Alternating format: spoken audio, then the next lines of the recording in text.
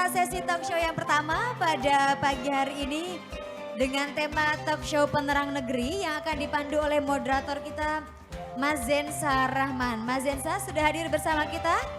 Baik, sudah hadir, kita berikan tepuk tangan yang paling meriah untuk Mas Zensa Rahman selaku moderator pada pagi hari ini. Silakan.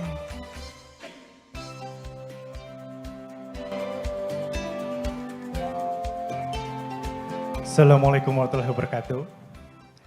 Selamat siang rekan-rekan santriwan dan santriwati semuanya. Perkenalkan, nama saya Zensa, saya Managing Director dari Pemimpin.id. Kami leadership ecosystem khususnya untuk pemuda, karena kami juga punya semangat yang sama dengan ICYD tentang bagaimana kita mendevelop pemuda-pemuda di Indonesia. Kalau misalnya tadi Kiai Said Amin Husni sempat ngomong ya tentang 56,9 yang merasa NU, seperti itu saya. Saya juga nggak punya kartu NU, sorry. Ya, mungkin seperti yang dikatakan dari Mbak MC bahwa kita akan mengangkat talk show tentang inovasi penerang negeri. Sedikit konteks bagaimana kita sudah menghadapi permasalahan-permasalahan begitu cepat. Teknologi, informasi begitu sangat cepat sekali gitu. Dan bagaimana kita sebagai generasi muda tentu perlu berlari, mengejar inovasi dan juga bagaimana memberikan solusi untuk tantangan-tantangan yang begitu dinamis dan semakin cepat tersebut. Mungkin langsung saja saya izin mengundang narasumber yang inspiratif pada siang kali ini. Izin mengundang Dr. Hasan Habibi, Kepala Pusdatin dari Kementerian Pendidikan, Kebudayaan, Riset, dan Teknologi Republik Indonesia. Untuk Pak Dr. Hasan Habibi, waktu dipersilakan.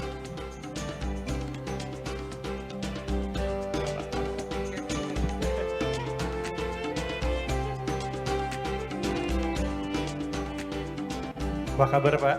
Sehat? Alhamdulillah, Masya Allah. Saya izin mengundang berikutnya, narasumber berikutnya. Beliau adalah Wardah Group Head, tentu teman-teman juga tahu ya bagaimana kosmetik Wardah. Mungkin Mbak Vindi Novia dipersilakan, saya panggil untuk maju ke depan.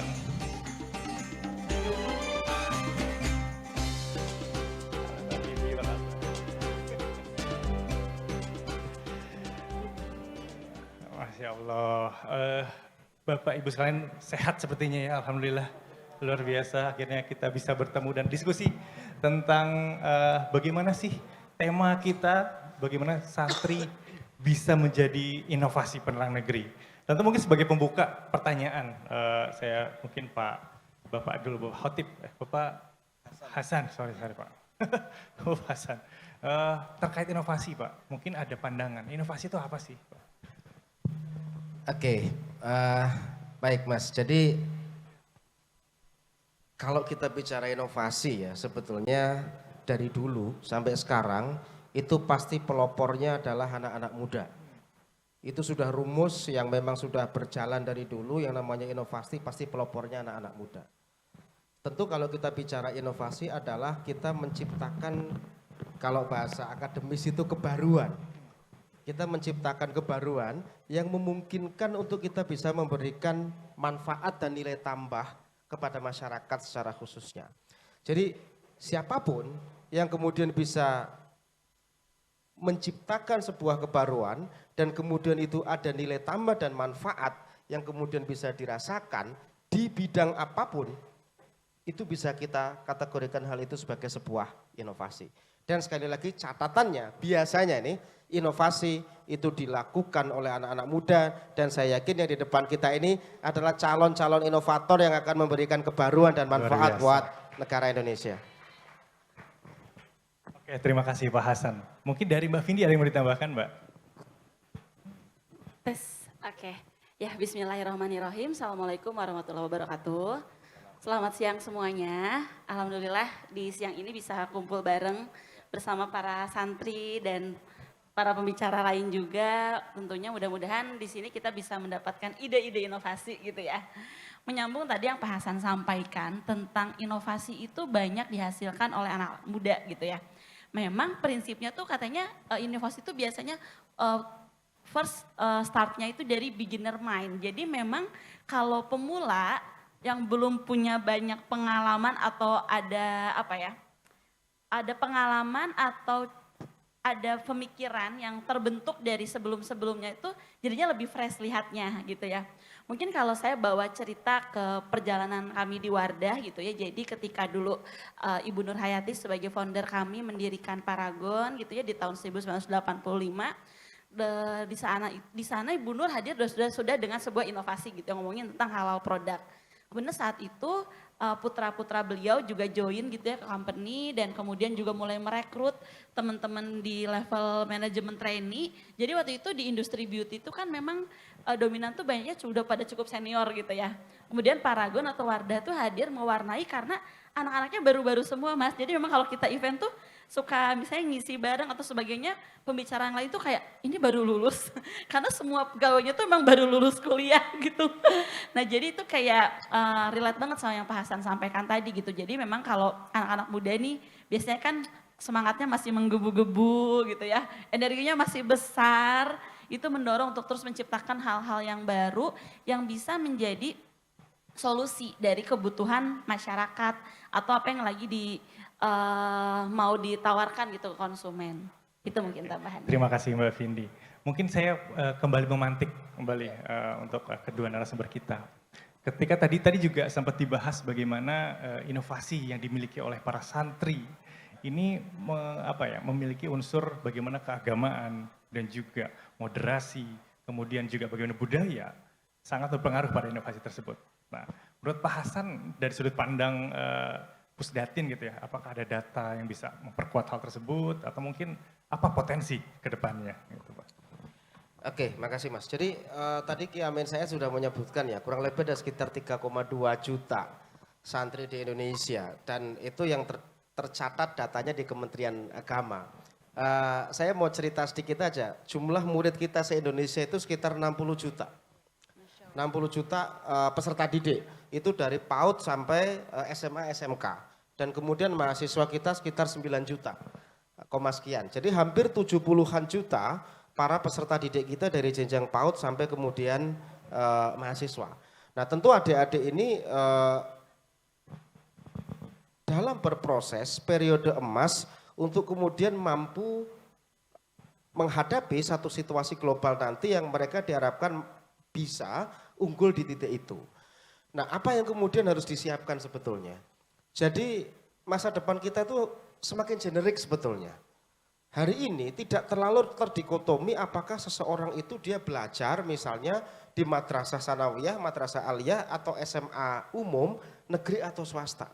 Karena satu kemampuan yang dibutuhkan semakin generik, yang kedua sumber pengetahuan semakin mudah dan murah didapatkan.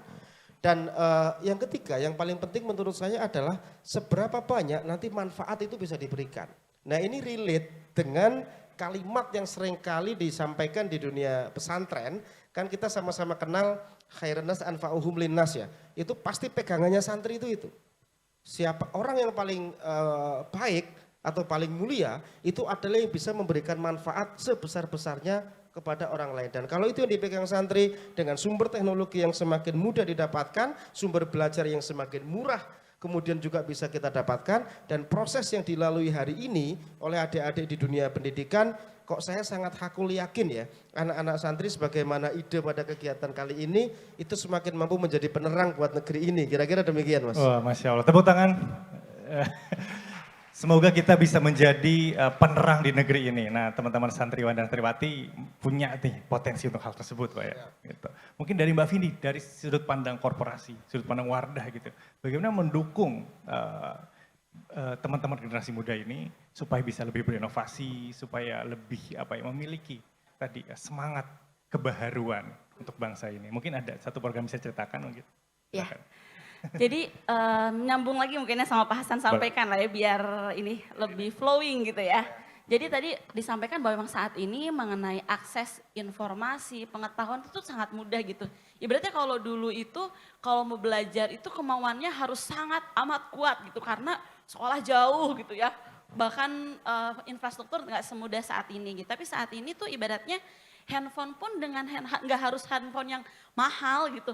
Handphone asal punya bisa akses internet tuh kita bisa dapetin ilmu gitu. Jadi sebenarnya tuh memang sekarang kemudahan itu tuh udah sangat menjadi privilege lah bagi teman-teman atau bagi kita semua, bagi santri-santri di saat ini gitu, di zaman sekarang. Nah memang challenge-nya adalah bagaimana privilege ini bisa menghasilkan sesuatu yang lebih besar gitu kan dampaknya, kebermanfaatannya tadi gitu. Jadi memang niat itu jadi paling penting sih menurut saya. Jadi niatnya tuh untuk apa sih? Oh niatnya kita pengen tadi bagaimana sebagai seorang manusia itu bisa memberikan kebermanfaatan yang seluas-luasnya. Itu menjadi dasar untuk kita melakukan inovasi gitu ya. Nah setelah itu kita harus bisa melihat trennya sih. Mungkin kalau saya nyambungin sama kondisi kita di corporate, jadi Wardah gitu ya ngomong sebagai pionir dari halal kosmetik di Indonesia, itu tuh juga kita bukan pemain sendiri gitu. Jadi ternyata menarik sekali waktu di tahun kemarin saya menghadiri sebuah pameran kosmetik di Singapura. Ternyata di sana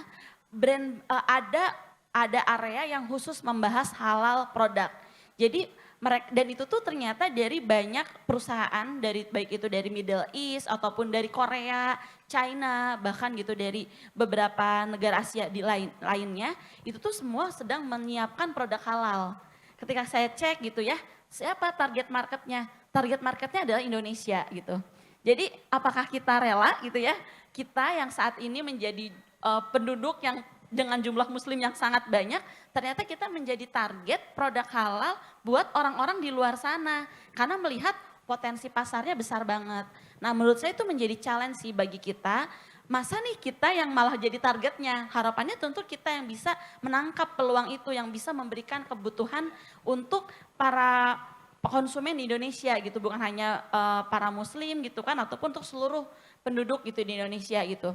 Nah itu mungkin yang jadi PR kita bersama, bagaimana kita bisa bukan sekedar kalau ngomongin tadi ke halal produk gitu ya Mas, menarik banget di sana tuh waktu pas saya lihat semua itu produknya warnanya Tosca. Wah ternyata terinspirasi ya dari Toskanya Wardah, alhamdulillah gitu ya. Tapi digali lagi sebenarnya apa sih yang akan mereka tawarkan gitu ya ke kita kalau mereka melihat halal itu secara ingredients aja. Pokoknya tidak mengandung bahan-bahan yang haram gitu ya, no animal testing, cruelty free yang gitu-gitu ya Mas. Tapi mereka nggak masuk sebenarnya ke elemen halal lifestyle-nya. Nah itu yang menurut saya sebagai kita gitu ya, putra-putri bangsa, sebagai santri gitu di Indonesia, kita juga yang lebih melihat sebenarnya halal lifestyle-nya seperti apa yang ingin kita bangun dan kita perkuat Indonesia ini. Karena itu yang paling paham harusnya kita gitu ya. Mereka juga bisa aja sih paham kalau mereka mempelajari gitu ya, mempelajari dan melihat mungkin immerse ke kita. Tapi kalau kita kan lahir dan dibesarkan di Indonesia, di lingkungan ini kita paling tahu gitu sebenarnya seperti apa sih kebutuhan zaman sekarang gitu. Baik itu di Indonesia ataupun di global. Jadi tentu harapannya kita sebagai muslim di Indonesia juga bisa memberikan produk yang bisa menjawab kebutuhan di luar gitu. Jadi peluang-peluang karena marketnya terlalu kecil kalau kita bicara Indonesia aja. Kita membawa marketnya menjadi ke arah global dan tentu di sini membutuhkan banget yang namanya kolaborasi gitu sih mungkin tambahannya. Kolaborasi, keyword yang sangat penting untuk di era saat ini, kolaborasi. Mungkin pengen melanjutkan follow up question tentang bagaimana langkah awal, langkah konkret, bagaimana kami generasi muda bisa melakukan inovasi atau memberikan peran aktif untuk membangun bangsa ini. Mungkin dari Pak Hasan dulu, silakan Pak. Oke baik, adik-adik santri tentu kan belajar nahwu sorof ya di sini ya. Yang belajar nahwu sorof siapa nih? Angkat tangan dong. Ya, ini karena santri-santri semua ya. Di nahwu sorof itu kan ada yang namanya fi'il, ada yang namanya maf'ul ya gitu ya. Tahu kan ya? Jadi santri-santri itu harusnya nanti jadi fi'il ya. Jadi harus jadi subjek. Jadi kemudian tidak menjadi objek semata. Nah ini tadi nyambung yang tadi dikatakan Mbak dari Wardah tadi itu. Kemampuan untuk mengambil inisiatif sehingga teman-teman menjadi subjek dari proses-proses yang akan dilakukan. Tapi tentu kembali ke pertanyaan tadi, ini kan kita nggak bisa sendirian. Jadi sudah nggak zamannya hari ini sendirian. Kalau zaman saya dulu saat kemudian awal-awal koneksi internet berjalan tahun 90-an, itu kita susah banget mau nyari teman. Harus ke warnet, kemudian kirim email, teman saya yang mungkin ada di luar negeri, balik lagi saya nungguin 1 minggu lagi. Sekarang kan enggak. Semuanya dengan koneksi handphone sangat mudah untuk kemudian kita melakukan koneksi dengan siapapun, dimanapun, dan kapanpun. Nah yang paling penting kemudian kuncinya adalah bagaimana kita atau adik-adik hari ini mampu memantaskan diri menjadi seorang fa'il atau fi'il itu tadi. Sehingga pada saat kita akan berkolaborasi, ada value yang kemudian dilihat oleh pihak luar, stakeholder katakanlah kepada diri kita, sehingga bisa sama-sama memberikan nilai tambah. Enggak mungkin kita hanya sekedar, oke, saya punya teman di Amerika, saya punya teman di Singapura, saya punya teman di Jakarta, terus apa? Terus ngapain? Terus kemudian apa yang bisa saling dikontribusikan, kira-kira kan gitu.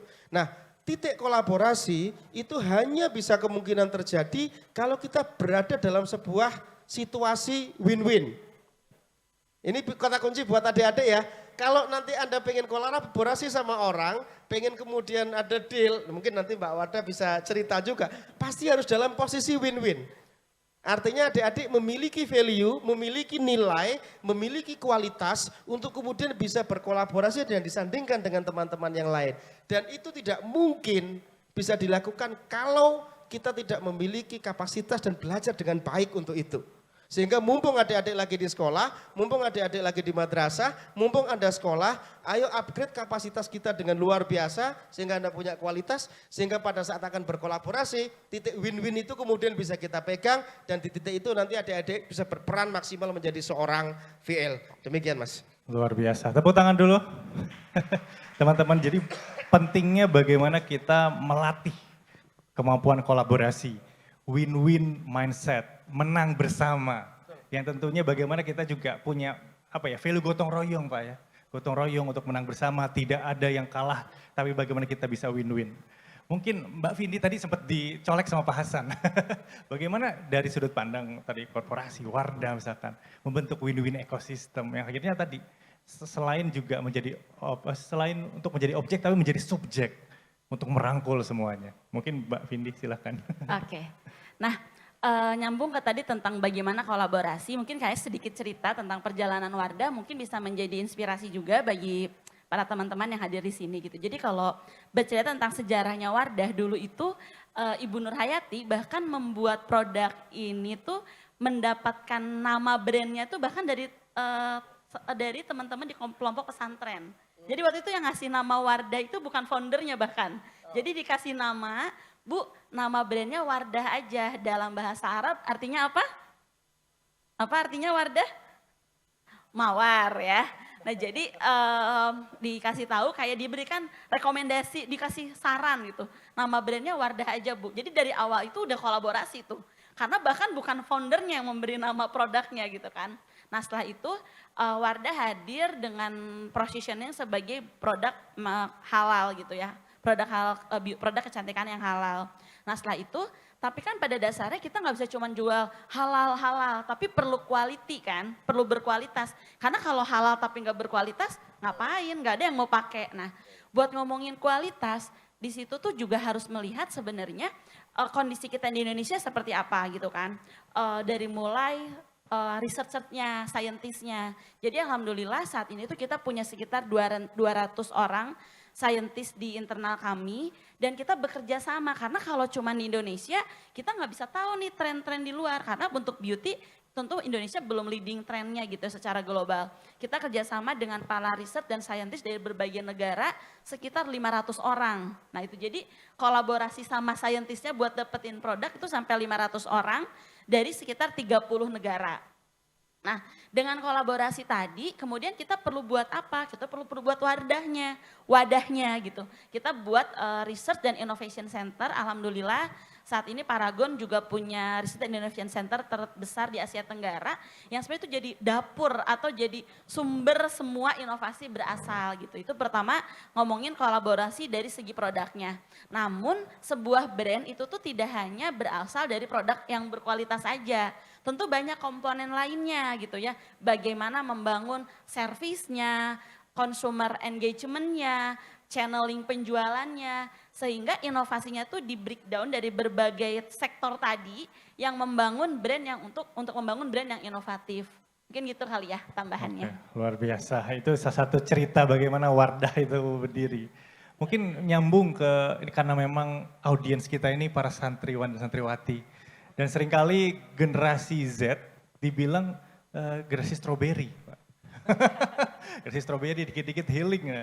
Nah ini mungkin ada sudut pandang tertentu nggak Pak dari sistem pendidikan atau seperti apa data yang mungkin bisa di coverage? Oke, gini. Saya justru malah berpijak dari salah satu kalimat atau statement yang pernah disampaikan oleh Sayyidina Ali ya. Beliau pernah menyampaikan 1500 tahun yang lampau itu ya kira-kira gitu. Waktunya ya, periodnya beliau pernah menyampaikan itu begini. Didiklah anak sesuai dengan zamannya. Karena kita nggak mungkin hidup satu zaman dengan mereka selamanya.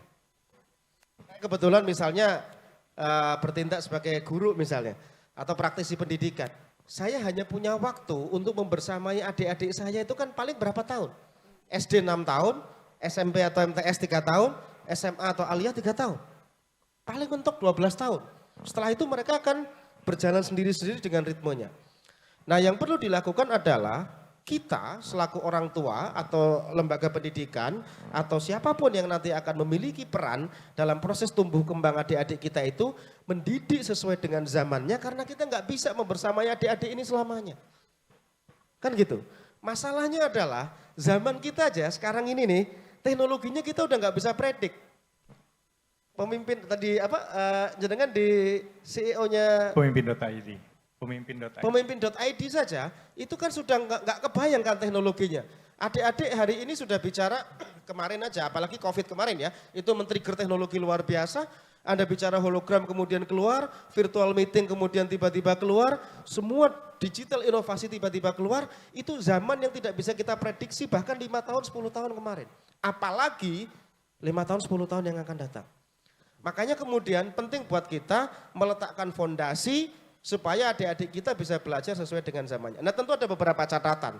Kalau kami di Kementerian Pendidikan makanya Mas Menteri mendeklar yang namanya hari ini kurikulum merdeka. Nah kurikulum merdeka itu memungkinkan kita atau adik-adik atau ekosistem pendidikan untuk lebih fleksibel. Untuk mengajarkan fondasi-fondasi yang paling penting buat adik-adik kita yang ujungnya adalah memicu kreativitas dan inovasi sebagaimana judul yang kita diskusi pada kesempatan pagi hari ini. Jadi clue-nya kurikulum merdeka adalah meng-create anak-anak lebih kreatif dan inovatif. Tentu dengan fleksibilitas mata pelajaran atau substansi yang bisa diolah satu dengan yang lain. Itu kunci dari kurikulum merdeka, itu satu. Kemudian yang kedua, Mas Menteri dia menyampaikan hari ini itu teknologi menjadi sesuatu yang sifatnya wajib. Sesuatu yang sifatnya wajib. 5 tahun ini karena anak-anak santri semua, kan tahu ya terminologi hukum ada 5 paling tidak ya. Ada wajib, ada sunnah, apa lagi? Ada mubah, ada makruh, ada haram. Hari ini teknologi itu terminologinya sudah wajib. 10 tahun yang lalu mungkin mubah, 5 tahun yang lalu mungkin sunnah. Hari ini orang nggak pakai teknologi, Anda pasti tertinggal. Makanya teknologi menjadi infrastruktur wajib dalam pengembangan kurikulum merdeka yang memicu kualitas adik-adik sehingga lebih kreatif dan inovatif. Makanya teman-teman, para bapak ibu guru di sini yang nonton atau siapapun, tolong libatkan teknologi dalam proses belajar mengajar adik-adik kita sehingga mereka nanti menjemput zamannya mana tadi yang dikatakan oleh Sayyidina Ali. Demikian Mas. Luar biasa. Bagaimana, tepuk tangan dulu. Teknologi, kita bukan menghindari, tapi bagaimana kita embrace, Pak ya. Menggunakan teknologi, mampu menavigasi teknologi, menyesuaikan bagaimana akhirnya kita bisa bersama-sama menjadi value creation. Bagaimana masing-masing teman-teman di sini sebagai santri menjadi santri yang teknokrat, Pak ya. Penuh dengan nafas teknologi nantinya ke depannya. Mungkin dari Mbak Vindi, kan banyak tuh program Wardah juga, Mbak. Wardah Inspiring Teacher. Atau mungkin teman-teman di sini boleh ceritain nggak Mbak, apa aja sih yang beririsan dengan pendidikan? Nah mungkin bisa juga menginspirasi teman-teman lainnya. Silakan Mbak. Nah jadi kalau program-program Wardah sendiri mungkin saya mau cerita sedikit tentang kampanyenya. Jadi kalau ngomongin tentang keberjalanannya Wardah yang alhamdulillah saat ini kita udah masuk ke tahun 38 gitu ya. Nah tentu di sini betul Pak gitu. Jadi PR-nya bisa dan tentu harapan kita bisa sustain gitu ya Mas panjang. Kita bisa punya sebuah program yang sebenarnya relevan dan dekat sama konsumen kita gitu. Kalau saat ini kita punya campaign besar namanya Beauty Move You. Beauty Move You tuh campaign yang kita ingin menggerakkan para perempuan Indonesia gitu ya untuk bisa bergerak, belajar, berkarya, memberikan inspirasi dan memberikan manfaat bagi lingkungan sekitar. Nah tadi nyambung sama statement generasi strawberry gitu ya. Nah itu tuh sebenarnya gimana sih? Kalau menurut saya memang itu mungkin pengaruh dari apa ya informasi yang sangat mudah diterima dan cepat gitu ya. Jadi mungkin secara psikologikal juga mudah menularkan, dapat petularan bahagia dari teman, dapat petularan kesedihan dari teman gitu. Itu benar-benar yang jadi challenge gitu dari para santriwan dan santriwati zaman sekarang gitu ya. Atau mungkin walaupun mungkin bahkan kami gitu walaupun bukan anak zaman sekarang pun tapi kan kita juga hidup di zaman yang sama ini gitu di periode yang ini. Jadi ada kesamaan di sana. Nah jadi beberapa program Wardah sebenarnya kita pengen membawa teman-teman para konsumen kita terutama wanita gitu di sini ya untuk bisa semangat dan memberikan manfaat gitu. Jadi kalau namanya ada masa-masa sulit, struggle dalam kehidupan gitu, nah pasti namanya manusia pasti ngalamin itu ya, nggak ada manusia yang kayaknya bahagia terus seumur hidupnya gitu ya. Tapi nggak apa-apa gitu, kita tuh terima kondisi itu, tapi kita nggak boleh berlama-lama dalam kesedihan, nggak move on gitu ya istilahnya. Tapi kita oke, kemarin kita pernah gagal misalnya, wah saya punya target nih mau ikutan lomba inovasi apa gitu ya mas, terus gagal.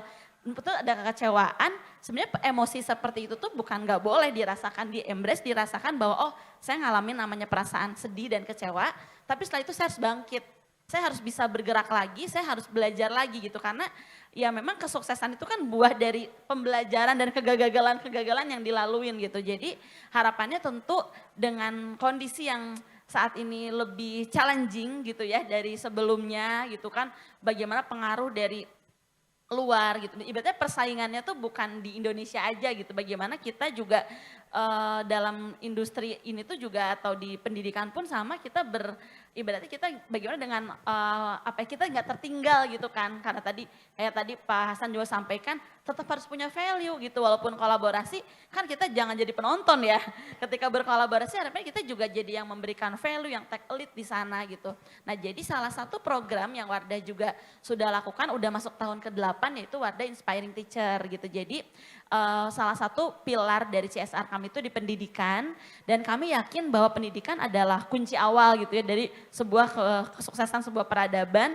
Jadi Wardah tuh sekarang juga punya program yang udah jalan rutin bagaimana mensupport para guru.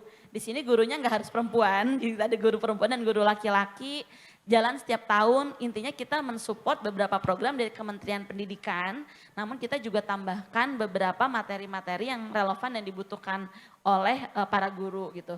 Nah jadi sebenarnya intinya ketika kita mencoba memulai apa yang melihat kira-kira ada kebutuhan apa nih dari lingkungan kita yang butuh kita support itu Wardah ngelihat, oh Wardah terus bantuin guru-guru gitu karena guru di Indonesia itu ibaratnya kan kayak profesi tuh beragam sekali, tapi semua tuh berawal dari gurunya loh gitu. Jadi guru tuh kunci gitu kan. Nah Wardah tuh melihat bahwa oh guru tuh menjadi peran yang perlu kita support dan kita dampingi gitu. Jadi bagaimana itu dimulai, kemudian terus dijalankan dan kita juga bisa apa ya menjadikan itu sebagai sebuah legacy bagi kita dan kita juga pengen itu tuh terus besar gitu sih. Itu mungkin ceritanya. Ini nyambung sedikit, ini menarik ini. Jadi karena tadi dari Wardah cerita ada apa namanya kontribusi ke dunia pendidikan. Jadi di Kementerian Pendidikan itu sekarang sebetulnya ada satu aktiviti yang disebut dengan praktisi mengajar, Mas. Ada namanya praktisi mengajar. Ini tentu kan relate banget ya. Jadi kami berterima kasih justru kalau banyak dari kelompok-kelompok industri itu yang kemudian mau masuk ke sekolah untuk kemudian cerita pengalaman apapun itu, apakah membangun bisnis, apakah kemudian campaign, apakah kemudian sanitasi, apakah kemudian yang lain, yang intinya memungkinkan dunia pendidikan itu terkoneksi antara satu titik dengan titik yang lain. Dan tentu pengalaman ini modal yang luar biasa yang dimiliki oleh Wardah tadi 38 tahun itu untuk membagikan pengetahuan dia, keilmuan dia, pengalaman dia, sehingga adik-adik ini sekali lagi lebih matang nanti dalam proses belajar mengajarnya. Itu yang kita sebut dengan praktisi mengajar tadi itu. Luar biasa. Tepuk tangan. Saya juga mau daftar Pak itu, salah satunya untuk praktisi mengajar. Kebetulan. Pengen nambahin sedikit Oh, Mas. boleh, Nah, boleh. tadi karena Pak Hasan nyampein bagaimana kurikulum udah didesain begitu sangat Mas sesuai dengan kebutuhan. Menurut saya ini jadi sebuah urgensi bahwa teman-teman harus sangat proaktif nih gitu. Jadi karena sayang banget ketika semua dari secara berbagai stakeholder untuk mendesain gitu kan bagaimana agar para siswa di Indonesia juga bisa nggak kalah di kancah nasional dan multinasional. Bagaimana para santri di sini harus terus catch up sih. Jadi kayak harapannya tentu pulang dari sini semakin termotivasi dan semakin yakin buat saya harus jadi orang, jadi santri yang bisa memberikan dampak, bisa memberikan manfaat gitu. Jadi nggak ada lagi santri-santri yang cuman ibaratnya nggak produktif gitu ya Mas, terus cuman kayak nggak begitu banyak. Intinya masa muda ini dimaksimalin banget lah ya Pak Hasan ya, karena memang momen-momennya yang nantinya akan memberikan pengalaman dan membentuk teman-teman ke depannya. Oke, Gitu sih. thank you Mbak Vindi. Masa muda, gitu ya.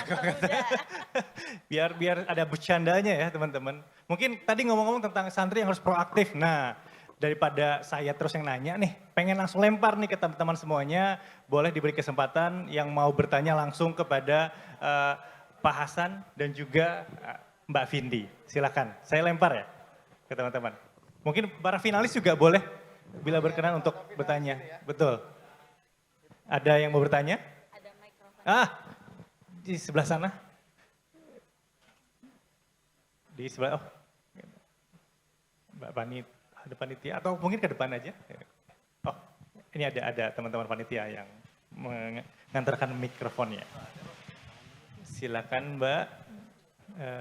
Nama, perkenalkan juga ya, nama dari mana? Silakan. Bismillahirrahmanirrahim. Assalamualaikum warahmatullahi wabarakatuh. Terima kasih untuk Mas Moderator. Saya ingin perkenalkan, nama saya Zulfarida Arinal Haq. Kebetulan saya adalah alumni dari Pondok Pesantren Bahrul Ulum Tambak Beras Jombang, pencipta lagu Ya Lalu Alton yang tadi kita nyanyikan bersama. Sesuai dengan tema dari Santri Innovest ini adalah mengubah tantangan menjadi peluang ya terkait dengan teknologi. Kebetulan saya juga menjadi asisten peneliti. Baru saja saya melakukan penelitian terkait dengan Kementerian Informatika, Komunikasi dan Informatika terkait dengan tantangan kita menghadapi teknologi saat ini, karena mungkin tadi sudah disampaikan juga terkait dengan AI, terus juga mungkin teman-teman di sini juga familiar dengan VR, dengan metaverse. Mungkin itu bagaimana pandangan dari Kementerian Ristek Dikti dengan Wardah saat ini seperti apa? Karena melihat dari peluang ini juga, sebenarnya ini juga jadi tantangan kita bersama, bahwasanya industri rumah tangga dan pemerintah semuanya menggunakan teknologi, tapi bagaimana dengan daerah-daerah yang susah akses terkait dengan internet dan teknologi. Mungkin kalau untuk Jakarta, Jabodetabek mungkin saya rasa masih mumpuni terkait dengan ini. Terus bagaimana dengan industri-industri atau pendidikan di pelosok-pelosok kalau misalkan teknologi ini itu dicapai atau nantinya mungkin dari Kementerian Ristek Dikti mengadakan pelajaran jarak jauh mungkin atau seperti apa. Mungkin ya, itu saja pertanyaan dari saya. Assalamualaikum warahmatullahi wabarakatuh. Waalaikumsalam warahmatullahi wabarakatuh. Terima kasih Mbak. Tentang inklusivitas akses teknologi. Tadi diminta pandangan terkait aksesibilitas teknologi. Apakah ada program yang menyasar teman-teman di luar? Oke, gini Mbak. Yang pertama, tadi dari Tambak Beras ya? Saya kebetulan juga keluarga saya di Jombang dari Denanyar Mbak. Jadi tetanggaan itu Tambak Beras sama Denanyar itu. Gini, saat bicara teknologi itu satu hal, dimanapun dia pasti memiliki dua sisi. Ya, itu DNA-nya dari dulu teknologi begitu. Dulu kita ngomong nuklir misalnya, kalau yang dilihat adalah bom atomnya Hiroshima dan Nagasaki, itu bencana. Tapi kalau yang dilihatnya adalah teknologi nuklir untuk dunia kesehatan, itu manfaat. Kita ngomong yang lain lagi, pisau aja lah, nggak usah jauh-jauh. Kalau dipakai buat motong daging, atau kemudian sayuran, atau masak, itu di tangan chef itu bisa menghasilkan racikan yang luar biasa mahal dan pasti manfaat.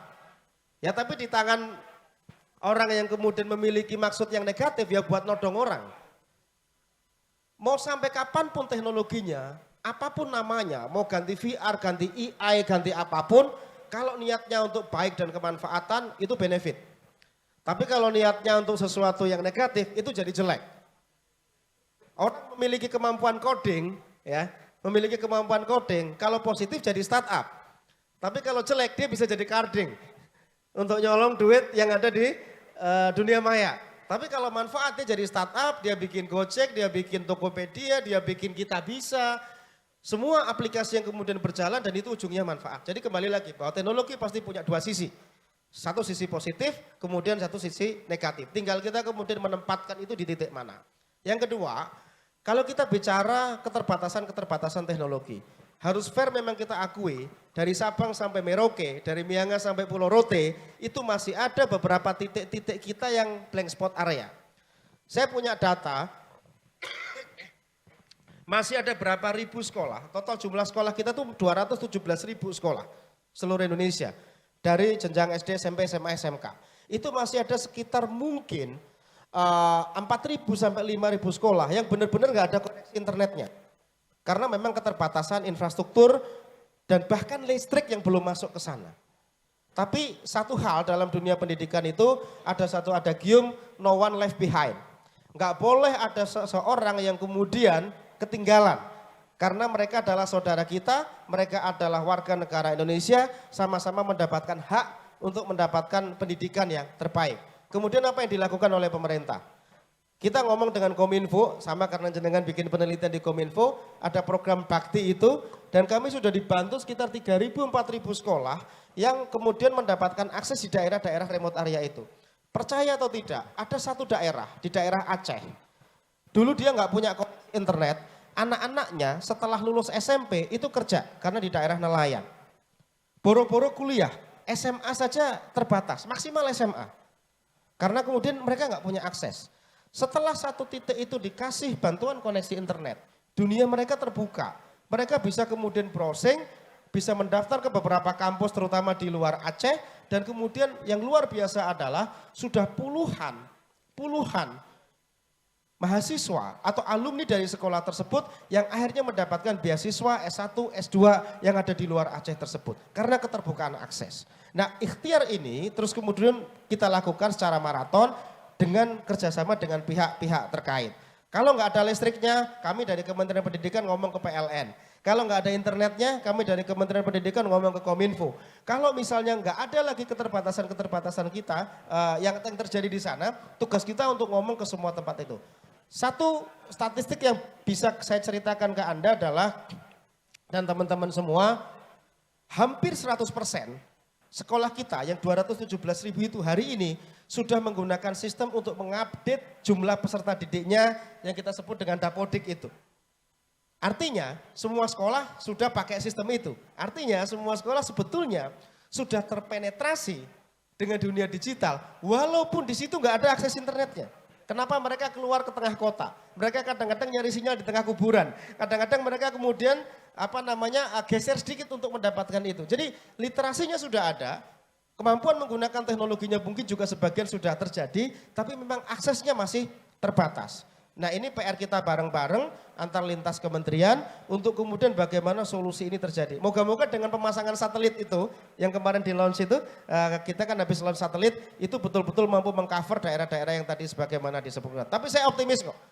Yang namanya transformasi digital di semua sektor di Indonesia ini akan berjalan dengan baik di tahun-tahun berikutnya. Demikian Mbak, makasih. Oh, luar biasa, tepuk tangan untuk Pak Hasan. harapan itu ada teman-teman. Dan semoga kita yang ada di sini mampu mengakselerasi bagaimana akses-akses tersebut bisa diakses juga oleh teman-teman di luar sana.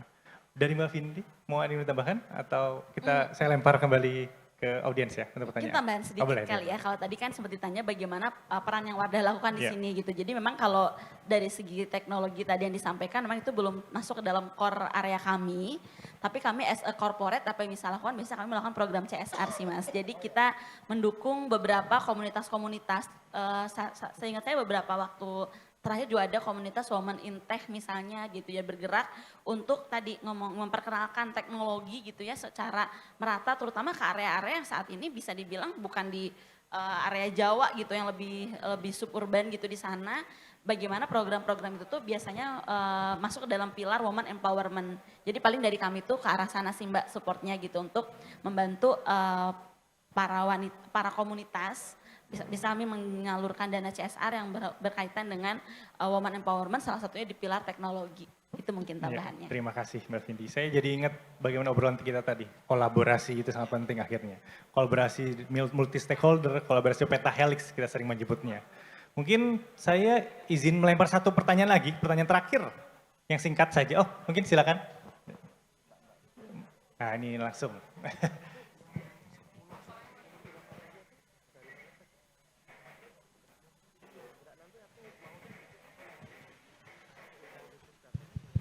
Bismillahirrahmanirrahim. Assalamualaikum warahmatullahi wabarakatuh.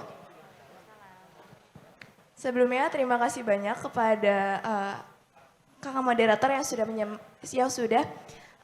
memberikan kesempatan kepada saya untuk bertanya. Sebelumnya perkenalkan, nama saya Amira Nawangwulan sebagai perwakilan dari OSIS MAN 18 Jakarta.